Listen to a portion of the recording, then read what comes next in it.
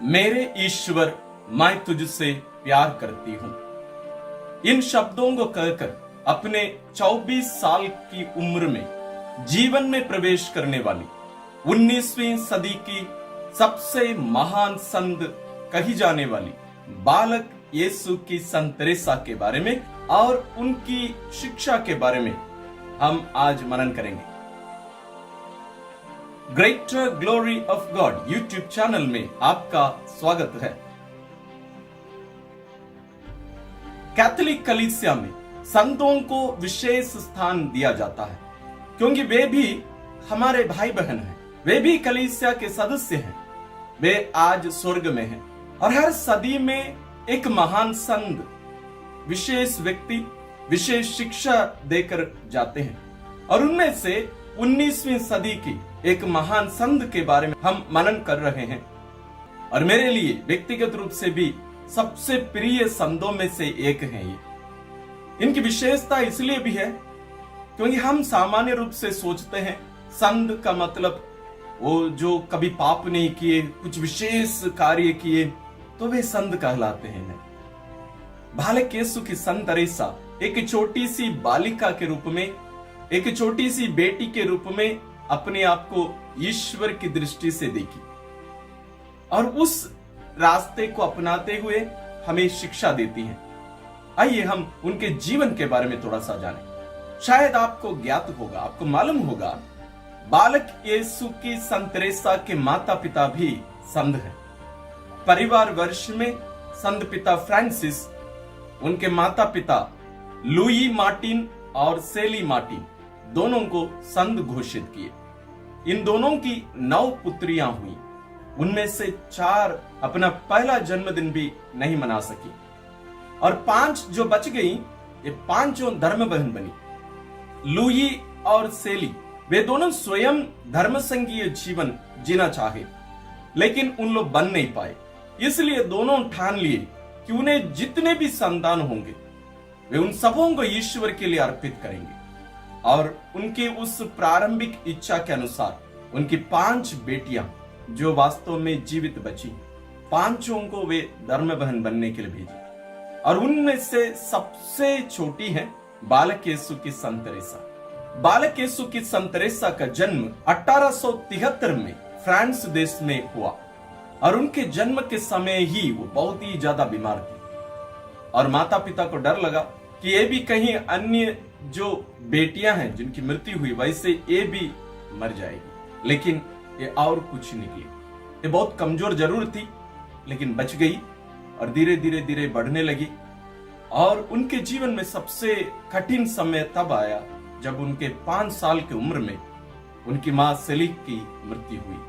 सेली की मृत्यु के बाद उनकी सबसे बड़ी बहन पौली इनकी दूसरी मां के रूप में रहकर इनका देखरेख किया करती थी और धीरे धीरे धीरे धीरे ये बढ़ने लगी और इस अंतराल में इनके बड़े होते होते उनकी बहनें, बड़ी बहन लोग एक एक करके धर्म समाज में, कान्वेंट में जाके जुड़ने लगी और ये और भी अपने आप को खोती गई, ये दुख का अनुभव करती गई और ये स्वयं भी एक धर्म बहन बनना चाहिए। 11 साल की उम्र में ये पहला पवित्र कम्युनियन ग्रहण की प्राप्त की और कुछ दिन के अंतराल में ही दृढ़ीकरण संस्कार भी ग्रहण की और सबसे छोटे उम्र में ही वो यीशु के लिए अपने आप को अर्पित कर दी थी।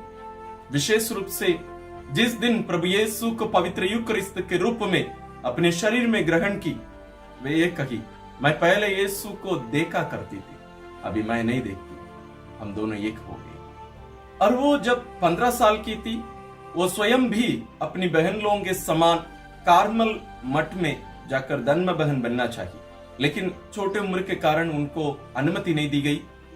तो जब वो रोम गई थी वहां संत पिता से वो मिली और उनसे विशेष अनुमति ली और संत पिता भी ये कहे कि आप अपनी अधिकारियों की आज्ञा मानकर आप आगे अपना जीवन यापन करो और उनके धर्माध्यक्ष उन्हें प्रवेश करने का अनुमति दे दी। इस प्रकार वो 15 साल की उम्र में ही ऐसी एक मठ में, ऐसे एक धर्म समाज में जुड़ी जहां की धर्म बहनें एक बार अंदर प्रवेश करने के बाद बाहर नहीं आ सकती।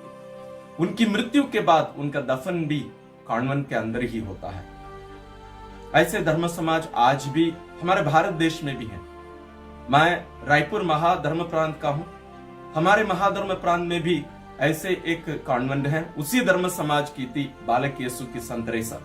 इन धर्म समाज की धर्म बहनों के बारे में और हम कभी देखेंगे, लेकिन आज आइए इस महान संत हमें बहुत कुछ सिखाना चाहती है। इस महान संत की मृत्यु 24 साल की उम्र में अक्टूबर 30, 1897 को हुई और तब तक उनके जीवन में बहुत ज्यादा दुख का अनुभव की, बीमारी का अनुभव की, कमजोरी का अनुभव की, लेकिन इन सबको वो कैसे झेली, इन सब का सामना कैसे की और कैसे एक महान संत बनी, इन सबको हम आगे देखेंगे। 17 मई 1925 को संत पिता लुई 11वें ने उन्हें संत घोषित किए और इन्हें 1927 को संत फ्रांसिस सेवियर के साथ कैथोलिक मिशन की संरक्षिका घोषित किए।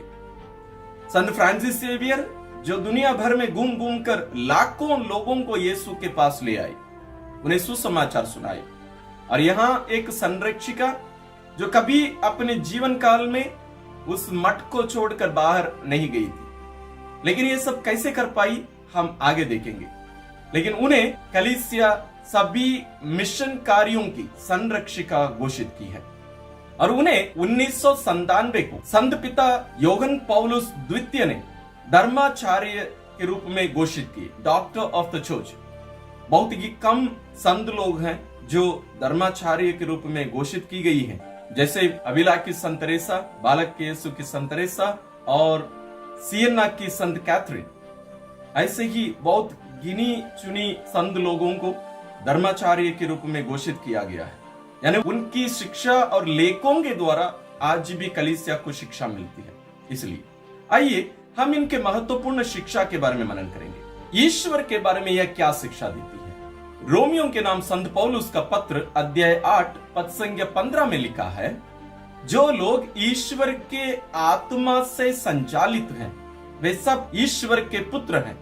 आप लोगों को दासों का मनोभाव नहीं मिला जिससे प्रेरित होकर आप फिर डरने लगे।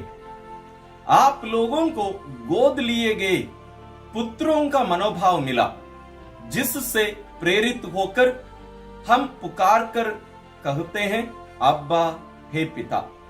बालक यीशु की संत तेरेसा ईश्वर को एक पिता के रूप में देखा करती थी, क्योंकि उनके परिवार में भी अपनी मां की मृत्यु के बाद अपने पिता से विशेष प्रेम का अनुभव की, और इस मानव प्रेम को पवित्र वचन में जब पढ़ी उन्होंने देखा है कि ईश्वर भी सचमुच में पिता है। और इसलिए अभी अभी हमने जो वचन सुना, इन बातों पर आधारित ईश्वर को अपने पिता के रूप में देखी, और यह पिता हमें दंड देने के लिए एक पुलिस के रूप में घूमने वाले नहीं है। ईश्वर के बारे में उनका जो विचार इसलिए महत्वपूर्ण है हमारे लिए, क्योंकि आप ईश्वर के साथ किस प्रकार का संबंध रखते हैं और आपका जीवन किस लक्ष्य पर आधारित है और आपके जीवन की धारणाएं क्या क्या हैं, ये सब आपका ईश्वर के बारे में जो विचार है उस पर निर्भर रहेगा। और बालक यीशु की संत तेरेसा का जो धारणा जो पवित्र वचन से जुड़ी और अपने जीवन का अनुभव, ये सब ईश्वर को एक पिता के रूप में उनके सामने अनुभव करने का एक अवसर उन्हें मिला। इसलिए पिता के पास एक बेटी के रूप में वो जाया करती थी, निडर होकर। इसलिए नहीं कि वो अच्छी थी, इसलिए नहीं कि वो गलती नहीं करती थी, बल्कि इसलिए क्योंकि ईश्वर उनका पिता है। ऐसा कौन सा पिता है अपनी बेटी को मारती पीटती दंड देती रहती। इसलिए वो कहा करती थी, मैं बहुत कमजोर हूं, लेकिन मैं मेरी अच्छाइयों पर निर्भर रहकर या अच्छे कार्यों पर निर्भर रहकर ईश्वर के पास नहीं जाता। मैं ईश्वर की अच्छाई पर, उनकी दया पर मैं विश्वास और भरोसा करके एक बेटी के रूप में मैं उनके पास जाती हूँ। यह बात हमारे लिए बहुत ही महत्वपूर्ण है। और इसके साथ साथ वो इसलिए बालक यीशु की संत तेरेसा कही जाती है, क्योंकि जब वो छोटी थी, जैसे मैंने कहा, उनकी सबसे बड़ी बहन पौलिन, जो बाद में मदर एग्नेस के नाम से जानी जाती है, वो इनको चिट्ठी लिखा करती थी, क्योंकि वो इनको छोड़ के चली गई मठ में धर्म बहन बनने के लिए, तो वो इनके नाम पर चिट्ठी लिखा करती थी बार बार। वो उसमें बालक यीशु को देखने और उनके जैसे बनने, और विशेष रूप से क्रिसमस के समय प्रभु यीशु को आप क्या देगी, गिफ्ट में क्या देने वाली है, ऐसी बातों को यानी यीशु को उनके जीवन में व्यक्तिगत रूप से अनुभव करने वो सिखाया करती थी, उन्हें प्रेरित करती थी। तो हम देखते हैं कि बालक यीशु की संत तेरेसा, जैसे क्रिसमस के समय आप लोग चरनी बनाते होंगे, चरनी में लेटे उस बालक को देखी। तो कहीं ईश्वर इतने सर्वशक्तिमान होते हुए भी अपने आप को एक छोटे से बालक के रूप में एक चरनी में जानवरों के बीच में अपने आप को हमें दे दिए हैं, एक निस्सहाय बालक के रूप में। तो बालक यीशु से वो बहुत प्यार करने लगी, यीशु के उस रूप से बहुत ज्यादा प्यार करने लगी और अपने आप को उनके समान बनाने की कोशिश की। और क्रिसमस के समय, प्रभु यीशु के जन्म के समय वो विशेष रूप से गिफ्ट देती थी। क्या गिफ्ट? उसकी बहन उसे सिखाया करती थी, जब तुम्हें गुस्सा आता है और जब तुम्हें कुछ बुराई करने की इच्छा होती है, उस समय तुम उसे और किसी के नाम पर अर्पित करना सीखो। यही बालक यीशु के लिए तुम्हारे सबसे महत्वपूर्ण, सबसे महान गिफ्ट होंगे। और बालक यीशु की संत तेरेसा इस बात को बहुत ही गहरे रूप में लेने लगी और उस पर वो कार्य करने लगी। और जब भी उसको गुस्सा आता था, वो नाराज होती थी या कोई उसको दंड देने के लिए कुछ करते थे, तो उन सभी बातों को वो दिल से ज्यादा नहीं लेती थी, बल्कि उसे प्रभु यीशु को अर्पित करती थी। प्रभु यीशु, मेरे दिल में जो ठेस पहुंचा है या गुस्सा करने का जो इच्छा हो रही है मुझे, इन सभी को मैं आपको, आपके प्रेम के लिए मैं अर्पित करती हूँ, किसी के मन परिवर्तन के लिए मैं अर्पित करती हूँ। लोगों का नाम लेकर वो इन सभी को ईश्वर को अर्पित करना शुरू की, अपना जीवन एक बलि के रूप में अर्पित करना शुरू की। ये जो बचपन में ये जो बातें वो सीखी, उन्हें एक संत बनाया। यही छोटी छोटी बातें हैं जो बाद में लघु मार्ग के रूप में जाना जाता है, द लिटिल वे अंग्रेजी में। यही रास्ता है, छोटी छोटी बातों को ईश्वर को अर्पित करना। इसलिए वो ईश्वर को एक तरफ अपने पिता के रूप में और बालक यीशु से बहुत ज्यादा प्यार करने लगी, उन्हें अपने परिवार के सदस्य के रूप में देखने लगी। ईश्वर को कहीं दूर में, हमसे दूर और हमसे कुछ लेने देना नहीं, उस प्रकार के एक रूप को छोड़कर हमें दंड देने के लिए हमारी गलतियों को ढूंढते रहने वाले एक पुलिस का रूप जो कभी कभी हमारे दिमाग में डाला जाता है, ईश्वर के रूप, उसको वो त्याग दी, लेकिन ईश्वर को अपने पिता के रूप में और प्रभु यीशु के एक बालक के रूप में, एक निस्सहाय बालक के रूप में देखने लगी और अपने आप को उस बालक के रूप में बनाने लगी। और ईश्वर के बारे में उनके ये विचार, ये धारणाएं, उनके बारे में सोचने का, उनके जो विचार है अपने बारे में, उस पर वो क्या प्रभाव डाले, यही है दूसरी बिंदु। बालक यीशु की संत तेरेसा अपने बारे में क्या सोचती थी? वो स्वयं लिखती है, मैं बहुत कमजोर हूं, मैं बहुत जल्दी नाराज हो जाती हूँ और मैं बहुत बीमार रहती हूँ और मैं बहुत छोटी हूँ। ये सब बातें अपने लेख में वो लिखा करती थी। इसका मतलब ये नहीं है कि वो केवल कमजोर थी, बल्कि हम उनकी जीवनी में यदि हम पढ़े, हमें पता चलेगा कि एक विशेष दृढ़ता, माने बड़े बड़े कार्य करने का मतलब, बड़े बड़े कार्य करने का मतलब हम सोचते हैं बाहर निकलकर बहुत बड़े बड़े कार्यों का आयोजन करना, वो सब नहीं। जब गुस्सा आए, उसको ईश्वर को अर्पित करने की एक क्षमता उनमें उत्पन्न हो गया था, तैयार हो गया था। ये जो अपने आप को कंट्रोल करने की, अपने आप को अपनी सीमा में रखने की जो क्षमता है, उसको हम बालक यीशु की संत तेरेसा में देख सकते हैं। लेकिन वो अपने आप को एक बेटी के रूप में देखने लगी, क्योंकि ईश्वर मेरे पिता हैं, तो मैं उनकी बेटी हूं, उनकी सबसे लाडली सी बेटी। इसलिए वो कहा करती थी, स्वर्ग जाने का सबसे आसान तरीका एक बालक या बालिका बनना, बड़े व्यक्ति नहीं होना है। इसका मतलब ये नहीं कि हम बचपना को लेकर हम जिएंगे, बचपना रहे हमारा सोच विचार जीवन शैली, नहीं। इसका मतलब है हम जितने भी बड़े हो जाएं, हमारे माता पिता के लिए हम बच्चे ही होते हैं। मैं भी इतना बड़ा हो गया हूं, जब मैं मेरी माँ के पास जाता हूं, मैं उनके एक छोटा सा बच्चा जैसे हो जाता हूं, क्यों? वो मेरी माँ है। हम ईश्वर के पास जब जाते हैं, तब भी हमें ऐसे ही बनने के लिए बालक यीशु की संत तेरेसा हमें सिखाती है। वो अपने जीवन में यही कहा करती थी, यही किया करती थी कि मैं ईश्वर की बेटी हूं। वो अनुभव उनमें हमेशा बना रहा। क्योंकि ईश्वर मेरे पिता हैं, मैं उनकी बेटी हूं, उनकी लाडली सी बेटी हूं, उनकी प्यारी सी बेटी हूं। और ये क्या करता है, ये मनोभाव वो ईश्वर की शक्ति पर, ईश्वर पर निर्भर रहने उन्हें प्रेरित किया। मैं कमजोर हूं, लेकिन मेरे पिता सर्वशक्तिमान है, तो मैं अपने पर निर्भर नहीं रहूंगी, मैं पिता पर निर्भर रहूंगी, क्योंकि वो सर्वशक्तिमान है। यह मनोभाव, ये कार्य उन्हें धीरे धीरे धीरे धीरे पवित्रता में आगे बढ़ने में मदद किया। यदि ईश्वर उसके पिता के रूप में रहे और वो ईश्वर की बेटी के रूप में अपने आप को देखी, तो वो कैसे एक शिष्या के रूप में आगे बढ़ी। आइए हम देखते हैं तीसरे बिंदु में, वो एक शिष्या के रूप में और शिष्य बनने के रूप में क्या शिक्षा देती है, इसके बारे में हम मनन करते हैं। वो छोटे छोटे कार्यों को बड़े प्रेम से किया करती थी। संत मदर तेरेसा उनसे ही इस शिक्षा को प्राप्त की थी। इसलिए संत मदर तेरेसा भी कहा करती थी, हम बड़े बड़े कार्य नहीं करते हैं, हम छोटे छोटे कार्य बड़े प्रेम से करते हैं। बालक यीशु की संत तेरेसा इस प्रकार की एक आध्यात्मिकता को आगे बढ़ाई। वो स्वयं जी, वो बड़े बड़े कार्य नहीं करती थी। क्या क्या कार्य करती थी वो?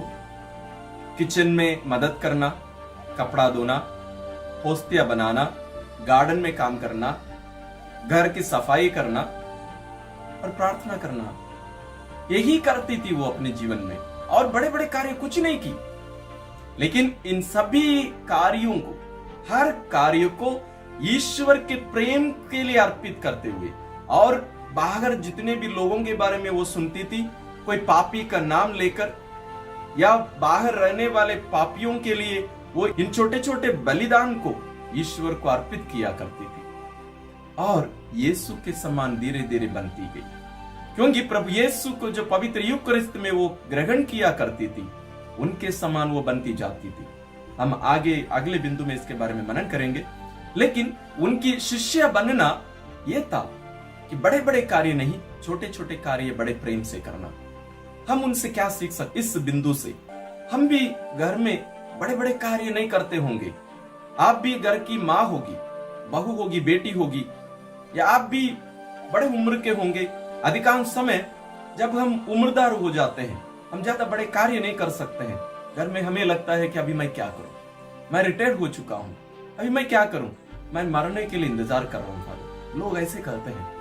नहीं, अभी आपका समय है, सबसे महत्वपूर्ण समय है। अपने छोटे छोटे जो दुख हैं, जो आप अपने शरीर में अनुभव करते होंगे, मन में अनुभव करते होंगे, आत्मा में अनुभव करते होंगे, इसको ईश्वर के प्रेम के लिए, दूसरों के उद्धार के लिए, मुक्ति के लिए ईश्वर को अर्पित करिए।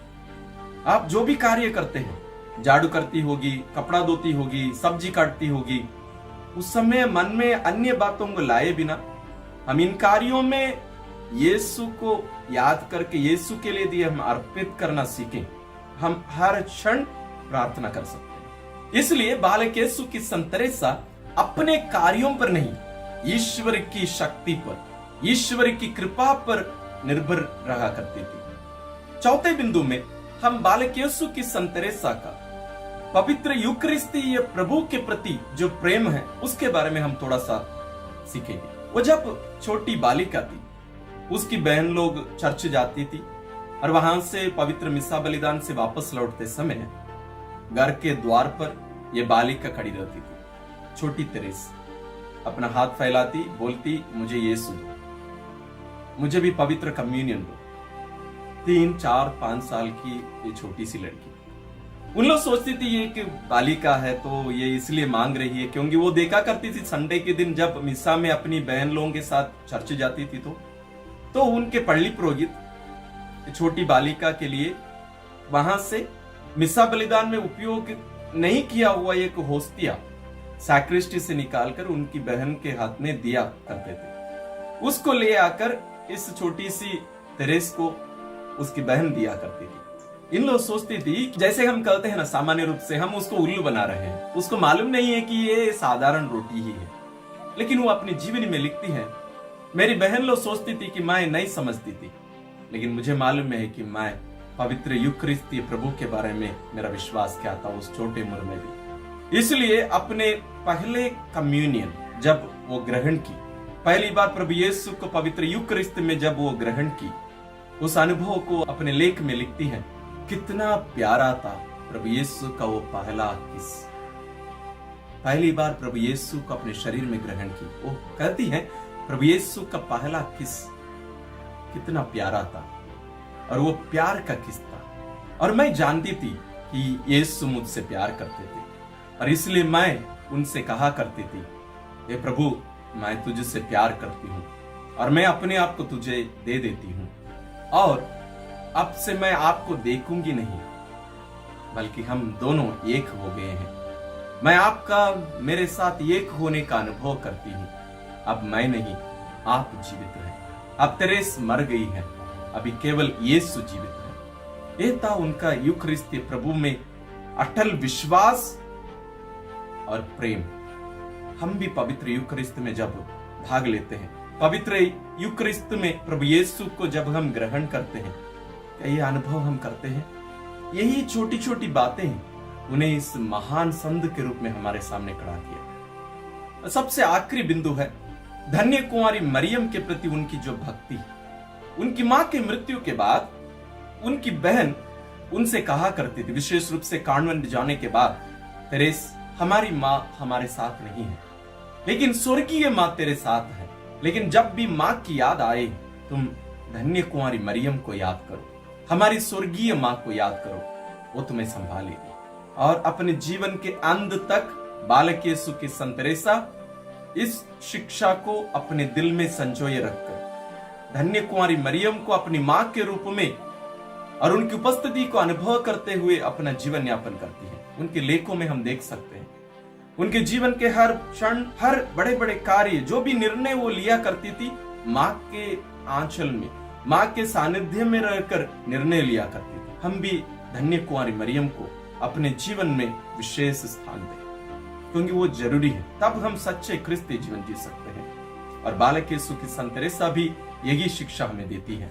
और समापन में हम इस बात को ध्यान में रखें, योग रचित सुसमाचार अध्याय 15 पद संख्या 5 में यीशु कहते हैं, मैं दाखलता हूं और तुम डालियां हो, जो मुझ में रहता है और मैं जिसमें रहता हूं वही फलता है, क्योंकि मुझसे अलग रहकर तुम कुछ भी नहीं कर सकते। यीशु के इस कथन को बालक यीशु की संत तेरेसा बहुत ही अपने हृदय से ली और इसलिए हमेशा यीशु से जुड़े रहने का अनुभव करती रही। और अंत में जब हम कलीसिया के सदस्य हैं, वो एक शिक्षा हमें विशेष रूप से इस पर देती है, वो यह है, प्रभु यीशु के शरीर रूपी इस कलीसिया में मैं उसका दिल हूं, उसका हृदय हूं, और मेरा मिशन प्यार करना है।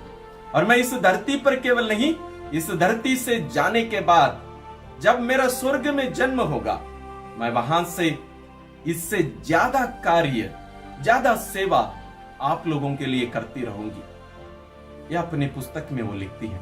आज भी हम इस महान संत के मध्यस्थता का अनुभव, शक्ति हम अनुभव कर सकते हैं। अपने जीवन में संतों के महत्व को हम समझें और विशेष रूप से इस छोटी तेरेसा को अपने जीवन में एक आदर्श के रूप में लेकर उनकी शिक्षाओं से हम सीखें और उनके समान बनने के लिए हम ईश्वर से प्रार्थना करें। आप सबों को ईश्वर आशीर्वाद प्रदान करे। धन्यवाद।